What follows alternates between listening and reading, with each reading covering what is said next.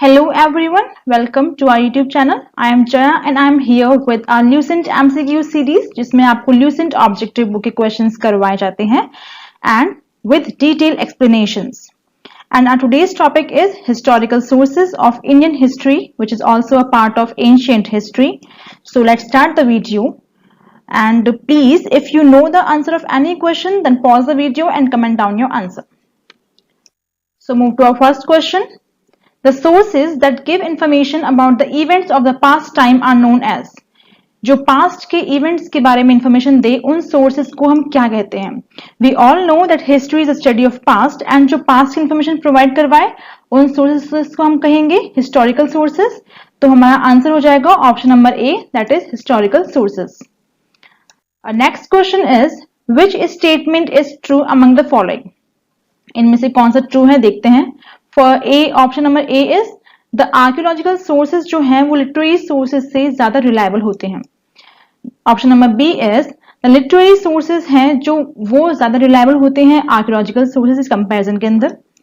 Option number C is the literary sources and the archaeological sources both are similar. And the G is literary sources cannot be comparable with the archaeological sources. तो हमारा इसमें जो answer हो जाएगा वो हो जाएगा option number A, that is कि आर्कियोलॉजिकल सोर्सेज जो होते हैं वो लिटरेरी सोर्सेज से मोर रिलायबल होते हैं एंड ये प्रेडिक्ट किया गया है हमारी हिस्ट्री में. Next question is which Veda gives the information about the culture of old वैदिक पीरियड. ओल्ड वैदिक पीरियड के बारे में कौन सा वेद जो है वो हमें इंफॉर्मेशन प्रोवाइड करवाता है. तो देखिए हमारी हिस्ट्री में 4 वेद माने गए हैं. First is Rigveda, second is Yajurveda, third is Samaveda and fourth is Atharvaveda. जो ऋग्वेद है उसे हम कहते हैं कलेक्शन ऑफ लिरिक्स, क्योंकि इसमें 1028 हाइम्स हैं एंड 10,580 वर्सेस हैं. और ये सबसे ओल्डेस्ट जो है वो वेद है. सबसे ओल्डेस्ट वेदा जो है वो है ऋग्वेदा. नाउ यजुर्वेद. यजुर्वेद को हम कहते हैं book of sacrificial prayers. Sacrificial prayers की जो बुक है उसे हम कहते हैं यजुर्वेद. इसमें प्रेयर्स के बारे में बात की गई है. सामवेद को हम कहते हैं बुक ऑफ चैंट्स. इसमें मंत्रों के बारे में बताया गया है. And fourth is Atharvaveda, book of magical formula, जिसमें मैजिकल फॉर्मूला जादू टोने बताए गए हैं, वो है अथर्ववेद. तो ओल्डेस्ट जो है वो हमारी है ऋग्वेद. तो हमारा इसमें आंसर हो जाएगा option number A, that is Rigveda. Our next question is which of the following does not part of श्रुति ग्रंथ. इनमें से कौन सा श्रुति ग्रंथ का पार्ट नहीं है. तो अगर हम इसके ऑप्शंस देखें तो संहिता ये इसका पार्ट होता है, ब्राह्मण्स भी इसका पार्ट होते हैं, उपनिषद भी इसके पार्ट होते हैं, बट पुराण जो है वो श्रुति ग्रंथ के पार्ट नहीं है. तो हमारा आंसर हो जाएगा option number D, that is Puranas. Next question is which of the following text claims what is present in the text that is present in the world and what is not present in the text that is not present in the world. ये कौन से text, ये जो text हैं वो किस में लिखे गए हैं. ये कौन क्लेम करता है कि जो ग्रंथों में लिखा हुआ है वो ही इस वर्ल्ड में प्रेजेंट है और जो अगर ग्रंथ में नहीं लिखा हुआ है वो इस वर्ल्ड में ही प्रेजेंट नहीं है. और ये जो है ये चीज कौन क्लेम करता है. ये क्लेम करती है महाभारत.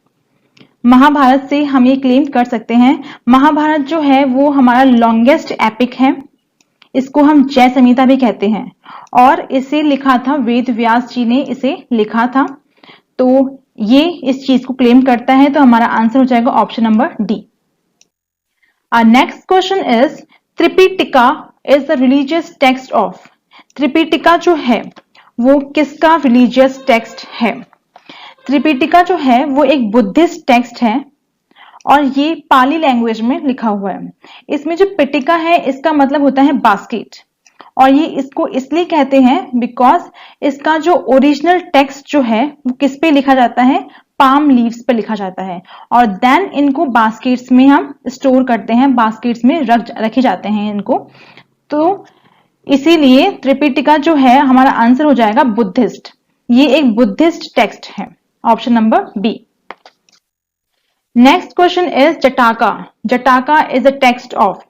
जटाका भी एक बुद्धिस्ट टेक्स्ट है और इसमें क्या बताया गया है, इसमें गौतम बुद्ध की जो प्रीवियस बर्थ के बारे में बताया गया है। अब चाहे वो ह्यूमन फॉर्म में हो या एनिमल फॉर्म में हो, उनकी टोटल 549 स्टोरीज इसमें बताई गई हैं।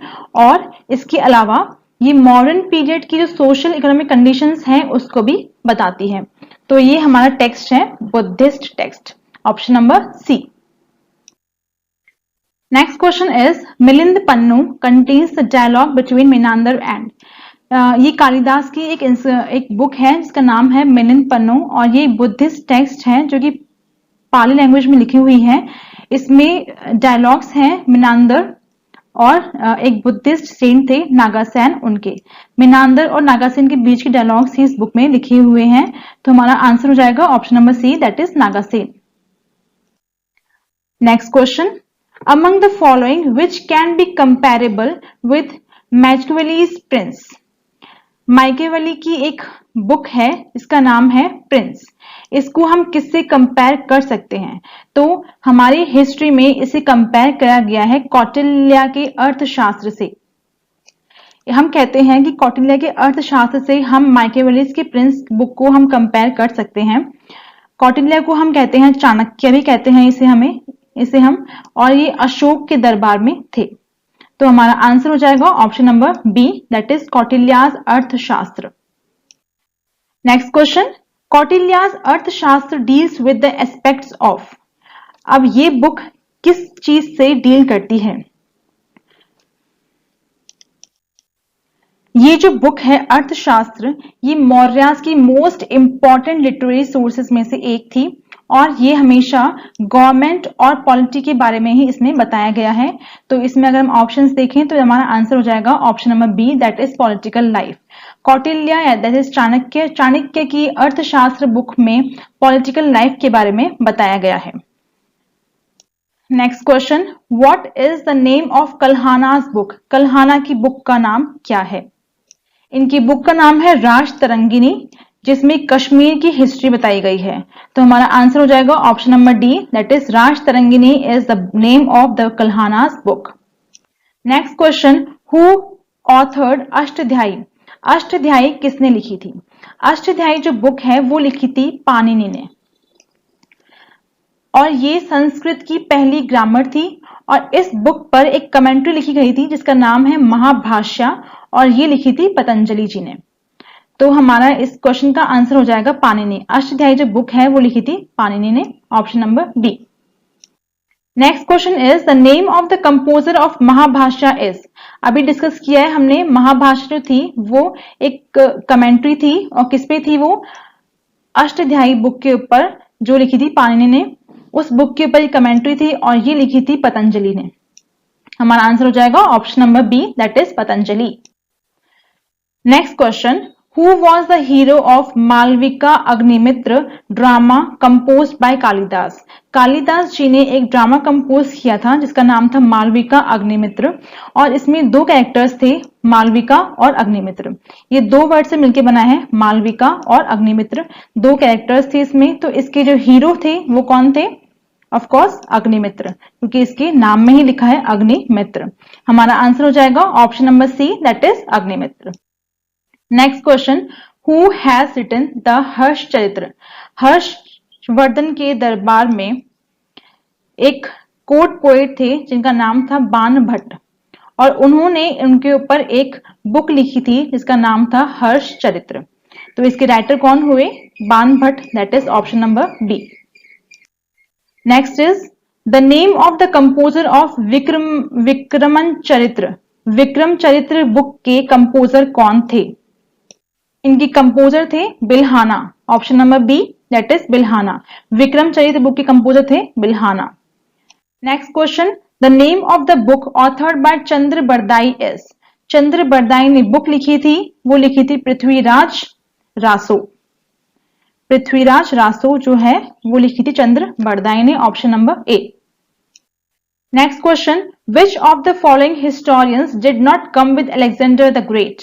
अलेक्जेंडर के साथ में कौन नहीं आया था?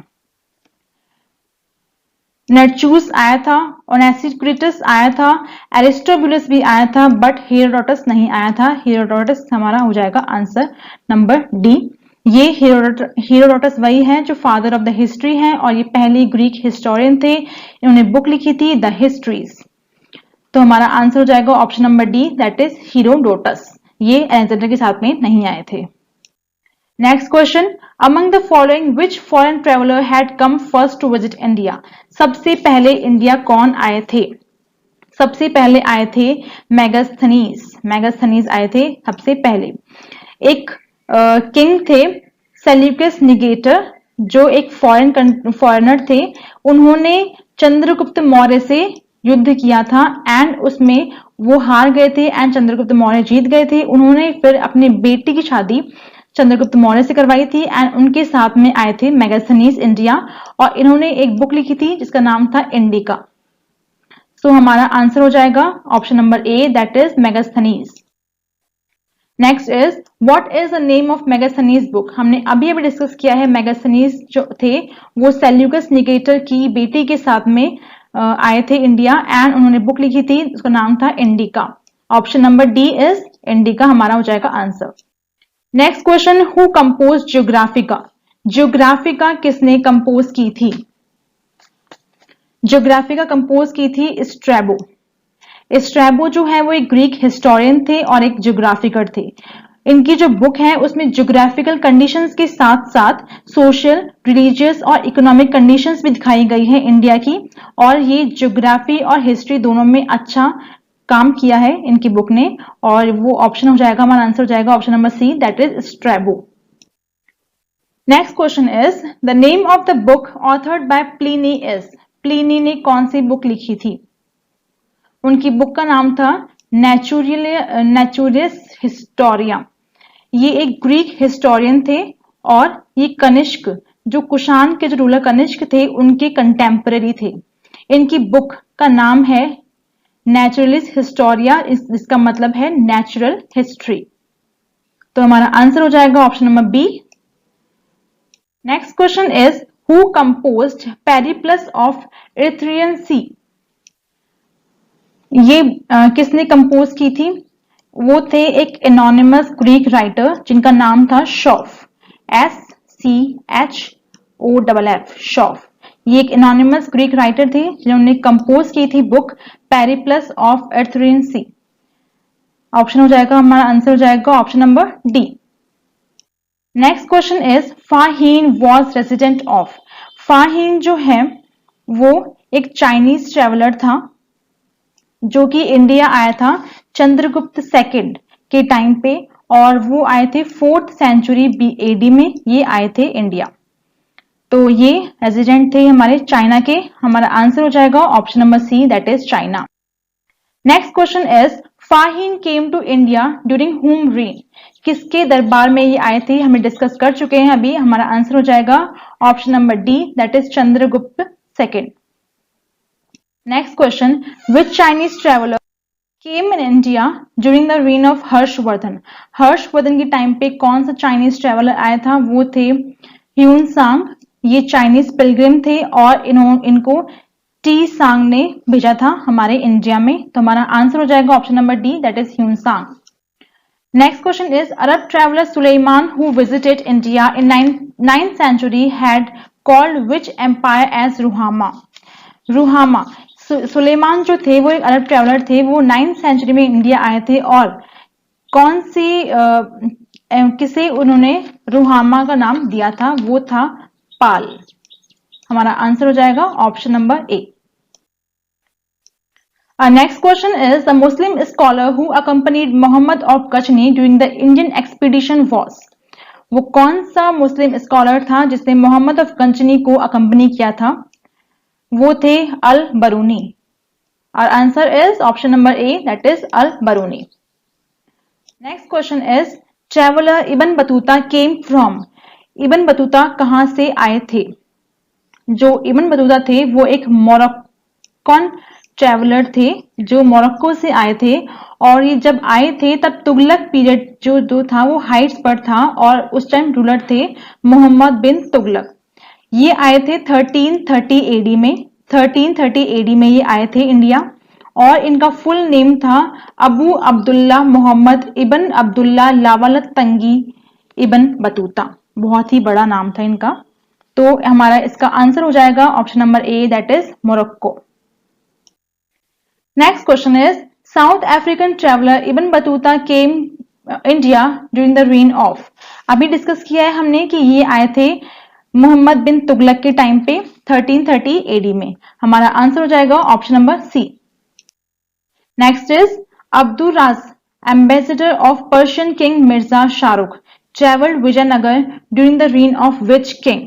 अब्दुल राज जो थे वो किसके reign में, किसके राज में, किसके दरबार में विजयनगर आए थे? वो आए थे देवराया सेकंड के दरबार में। तो हमारा आंसर हो जाएगा option number B, that is Devaraya second. Next is which archaeological survey of India establish. Archaeological survey of India कब एस्टैब्लिश हुआ था? ये हुआ था 1861 एडी में और ये किया था सर अलेक्जेंडर कनिंगम ने, जो कि आर्कियोलॉजिकल सर्वेयर अपॉइंट किए गए थे उस टाइम पे। और अलेक्जेंडर कनिंगम को हम फादर ऑफ इंडियन आर्कियोलॉजी भी कहते हैं। तो इसका हमारा आंसर हो जाएगा option number D, that is 1861 AD. Next question is who is called the father of Indian archaeology. हमने अभी डिस्कस किया है कि फादर ऑफ इंडियन आर्कियोलॉजी कहा गया था सर अलेक्जेंडर कनिंगम को। हमारा आंसर हो जाएगा option number A. Next question among the following scholars who was the first discoverer of Harappan civilisation. Harappan civilisation को किसने डिस्कवर किया था? वो किया था दयाराम साहनी ने। 1921 में दयाराम साहनी ने हड़प्पा को डिस्कवर किया था और हड़प्पा जो थी वो इंडियन इंडस वैली सिविलाइजेशन की फर्स्ट कैपिटल थी और सेकंड थी मोहनजोदड़ो, जिसे आर.डी. बनर्जी ने डिस्कवर किया था और ये दोनों ही अभी पाकिस्तान में है। सो हमारा आंसर हो जाएगा option number D, that is Dayaram Sahni. Next question is Harappan civilisation had discovered in which year. अभी डिस्कस किया है हमने रिसेंटली कि ये 1921 में डिस्कवर की गई थी by Dayaram Sahni and it is the first capital of Indus valley civilisation. Next question two first Indians associated with discovery of Indus valley civilisations are. वो कौन से दो इंडियन हैं जिन्होंने इंडस वैली सिविलाइजेशन को डिस्कवर किया है? तो वो कौन से हैं? दयाराम साहनी एंड आर.डी. बनर्जी। दयाराम साहनी ने डिस्कवर किया था हड़प्पा को एंड आर.डी. बनर्जी ने डिस्कवर किया था मोहनजोदारो को। Harappa was the first capital of IVC and Mohenjodaro was the second capital और दोनों ही अभी कहां पर है? पाकिस्तान में है प्रेजेंट टाइम में। हमारा आंसर हो जाएगा option number A. Next question is excavation of Mohenjodaro and Harappa was wised by. Excavation किसने किया था इन दोनों का? तो वो थे sir John Marshall. Sir John Marshall was the first scholar to use the term in the civilization। ये वर्ड पहली बार इन्होंने ही दिया था, जॉन मार्शल ने। तो हमारा आंसर हो जाएगा option number B, that is sir John Marshall. Next question is what is numismatics. Numismatics किसे कहते हैं? कॉइन्स एंड मेटल्स की स्टडी को हम कहते हैं न्यूमिस्मैटिक्स। तो हमारा आंसर हो जाएगा option number B, that is the study of coins and metals are known as numismatics. Next question The Boghaz Koi inscription found from Asia Minor refers to following Vedic deities। जो बोघास कोई inscription है उसमें जो वैदिक deities हैं वो कौन सी हैं? उसमें 4 डीटीज हैं। First is Indra, then Mitra, then Varuna and then Nasatyas. वो है ऑप्शन नंबर ए। हमारा आंसर हो जाएगा option number A. Next question the first English man who deciphered Ashokan's inscription was. Ashoka की इंस्क्रिप्शन को पहली बार पढ़ने वाले कौन थे? वो थे जेम्स प्रिंसेप। इन्होंने पहली बार अशोक की सारी इंस्क्रिप्शन को पढ़ा था। हमारा आंसर हो जाएगा option number D. Next question the most of Ashokan's inscriptions are in which language and script. Ashoka की जो इंस्क्रिप्शंस थी वो प्राकृत लैंग्वेज में थी एंड ब्राह्मी स्क्रिप्ट में थी। तो हमारा आंसर हो जाएगा option number A, that is Prakrit and Brahmi. Next is Ashokan bilingual Greek and Armenic inscription has found from which place। Ashok की जो बायलैंग्वेज इंस्क्रिप्शन है जो ग्रीक और अर्मानिक लैंग्वेज में लिखी हुई है वो कहां पर है?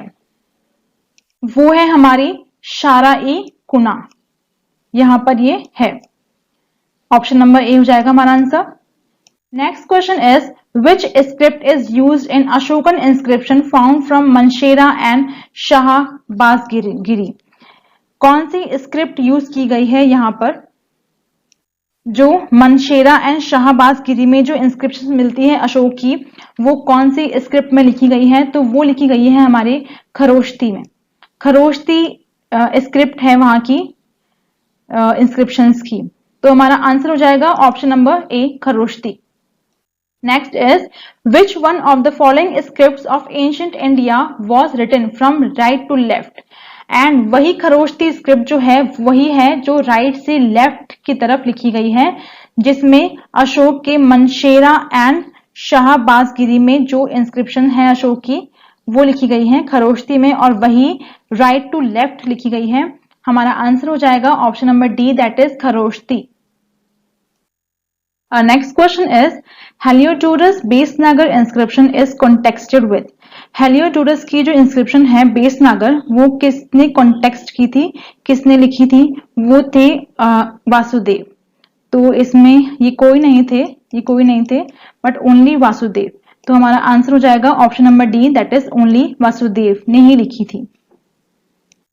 Next is among the following which inscription is associated with Kalinga king Kharavela. Kalinga king Kharavela से कौन सी इंस्क्रिप्शन है जो एसोसिएट करती है?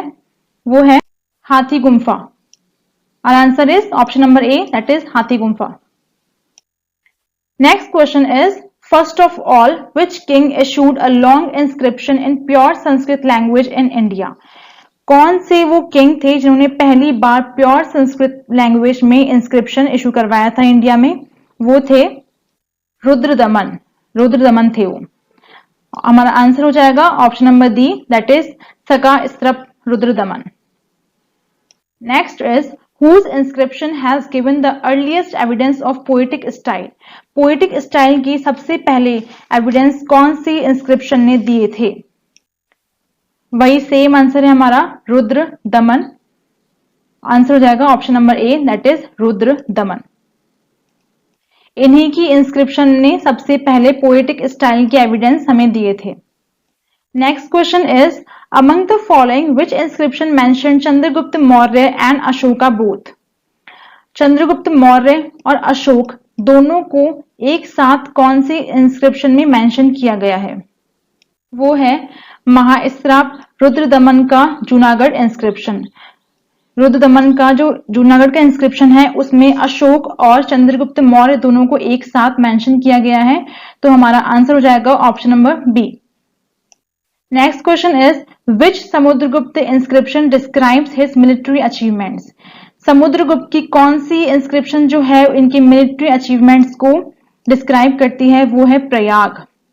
इसका फुल नाम है प्रयाग प्रशस्ति, और इसे हम बोलते हैं इलाहाबाद टावर इंस्क्रिप्शन भी इसे हम कहते हैं। और ये किसने लिखी थी? ये हरिसेन ने लिखी थी। प्रयाग प्रशस्ति हरिसेन ने लिखी थी। समुद्रगुप्त को हम बोलते हैं नेपोलियन ऑफ इंडिया, और ये कहा था वीए स्मिथ ने। इसको हम कविराज भी कहते हैं। हमारा आंसर हो जाएगा option number D, that is Prayag Prashasti. Next question is Harisena's composer of Prayag Prashasti inscription was the court poet of which ruler. हमने अभी डिस्कस किया है कि हरिसेन ने जो प्रयाग प्रशस्ति इंस्क्रिप्शन लिखा था, जिसे हम इलाहाबाद इंस्क्रिप्शन भी कहते हैं, वो समुद्रगुप्त के बारे में लिखा था। तो हमारा आंसर हो जाएगा समुद्रगुप्त, और ये उन्हीं के कोर्ट पोएट थे। Option number A is our answer. Next question is in which century the iron pillar situated at Mehrauli Delhi was constructed. Mehrauli में जो आयरन पिलर है वो किसने कंस्ट्रक्ट करवाया था? वो कंस्ट्रक्ट करवाया था चंद्रगुप्त सेकंड ने। और ये पिलर जो है दिल्ली में कुतुब मीनार के पास सिचुएटेड है, और ये चंद्रगुप्त सेकंड ने बनवाया था 4th सेंचुरी एडी में। हमारा आंसर हो जाएगा option number C. Next question is in the courtyard of Quwwat ul Islam mosque of Delhi stands the famous iron pillar in memory of. अभी डिस्कस किया है हमने कि आयरन पिलर जो है वो चंद्रगुप्त फर्स्ट ने ही बनवाया था, चंद्रगुप्त सेकंड ने ही बनवाया था, जिनका नाम था विक्रमादित्य, जिसमें हम बोलते थे आयरन पिलर जो है महरौली में उन्होंने ही बनवाया था। हमारा आंसर हो जाएगा option number B. Next question is the first inscriptional evidence of the sati pratha has found from. सती प्रथा का जो पहला एविडेंस है वो कौन से इंस्क्रिप्शन से मिलता है? ये मिलता है हमें ईरान इंस्क्रिप्शन से मिलता है। हमारा आंसर हो जाएगा option number C, that is Eran inscription. Next question is Eran inscription is associated with which ruler. और वही ईरान इंस्क्रिप्शन जो है भानुगुप्त के टाइम पे बनवाई गई थी। आंसर हो जाएगा option number D, that is Bhanugupta. Next question is Ravi Kirti, composer of Aihole Prashasti inscription, was the court poet of which Chalukyan ruler. Ravi Kirti की एक कंपोजर है, वो किसके? ऐहोल प्रशस्ति इंस्क्रिप्शन इन्होंने लिखी थी, वो किसके कोर्ट पोएट थे? ये थे पुलकेशिन सेकंड। पुलकेशिन सेकंड के कोर्ट पोएट थे और पुलकेशिन सेकंड ने हर्षवर्धन को हराया था। हमारा आंसर हो जाएगा option number B. Next question is which has given information about struggle between Harsha and Pulakeshin. Harshavardhana और पुलकेशिन सेकंड के बीच में जो स्ट्रगल लड़ाई हुई थी उसके बारे में जो इंफॉर्मेशन देता है वो देता है ऐहोल इंस्क्रिप्शन, जो रवि कीर्ति ने लिखा था। और इस स्ट्रगल में हर्षवर्धन हार गए थे और पुलकेशिन जीत गए थे। हमारा आंसर हो जाएगा option number A, that is Aihole inscription. Next question is the name of the poet Kalidas has mentioned in. Kalidas का जो नाम है वो कौन सी इंस्क्रिप्शन में लिखा हुआ है? वो लिखा हुआ है हमारा ऐहोल इंस्क्रिप्शन में, जो कि रवि कीर्ति ने लिखी थी। Next question is who introduce the tradition of inscription that begins with historical preface. इनमें से किसने हिस्टोरिकल प्रीफेस का ट्रेडिशन स्टार्ट किया था इंस्क्रिप्शन के लिए? वो थे राजा फर्स्ट। इन्होंने ही हिस्टोरिकल प्रीफेस स्टार्ट किया था इंस्क्रिप्शंस पे। हमारा आंसर हो जाएगा option number B, that is Raja first. Next question is the detailed information of activities of Mahasabha has found in an inscription which got from the place. एक inscription में महासभा की detailed information मिली गई है कि वहां कैसी कैसी एक्टिविटीज हुई थी और वो कौन सी प्लेस से लिया गया है। वो लिया गया है उत्तर मेरर, इस प्लेस से ही लिया गया है ये इंफॉर्मेशन। तो हमारा आंसर हो जाएगा option number A, that is Uttar mirror. Our next question is when the coins appeared first in India। हमारे इंडिया में सबसे पहले कॉइन्स कब आए थे? वो आए थे 600 BC में। Option number A is correct. Next question is the oldest coins of India are accepted. जो सबसे पहले इंडिया के जो कॉइन्स एक्सेप्ट हुए थे, ओल्डेस्ट कॉइन, वो कौन थे? वो थे punch marked coins. Option number A, that is punch marked coins. Next question is first of all who introduce gold coins in India. सबसे पहले गोल्ड कॉइन्स किसने इंट्रोड्यूस करवाए थे? वो थे इंडो बैक्टीरियंस। लेकिन सबसे ज्यादा जो गोल्ड कॉइन्स इंट्रोड्यूस हुए थे वो हुए थे गुप्ता पीरियड के अंदर। लेकिन फर्स्ट टाइम इंडो बैक्टीरियंस ने ही इंट्रोड्यूस किए थे गोल्ड कॉइन्स। तो हमारा आंसर हो जाएगा option number B. Next question is among the following who issued the purest gold coins in India. Purest gold coins किसने इशू किए थे? वो थे कुशान्स। कुशान्स ने प्योरेस्ट गोल्ड कॉइन्स किए थे एंड इंडो बैक्टीरियंस ने first time gold coins issue किए थे। और answer is option number A. Next is the mostly coins of Satavahanas time were made of which metal. Satavahan के टाइम पे सबसे ज्यादा कॉइन्स जो बनते थे वो बनते थे लेड के। Option number A is your answer, that is lead. Next is among the following who issued the gold coins at large scale. मैंने अभी बताया था आपको, वो थे कुशान रूलर्स। कुशान रूलर्स ने बहुत ही सारे गोल्ड कॉइन्स इशू करे थे। हमारा आंसर हो जाएगा option number C. Next is the maximum gold coins has been issued in which period. और मैक्सिमम गोल्ड कॉइन्स जो थे वो किसने इशू किए थे, हमने डिस्कस किया था, that is Gupta period. Gupta period में मैक्सिमम गोल्ड कॉइन्स इशू किए गए थे। हमारा आंसर हो जाएगा option number B. Next is among the following from which place the Roman coins have been found. Roman coins हमें कहां से मिलते हैं, वो मिलते हैं हमें अरिकमेंडू से। Option number D is your answer, Arikamedu. Next question is Bhimbetka is famous for. Bhimbetka जो है वो किसके लिए फेमस है, वो फेमस है केव पेंटिंग्स के लिए। हमारा आंसर हो जाएगा option number A, that is cave paintings. So our next question is by which name Burma was known to the people of ancient India?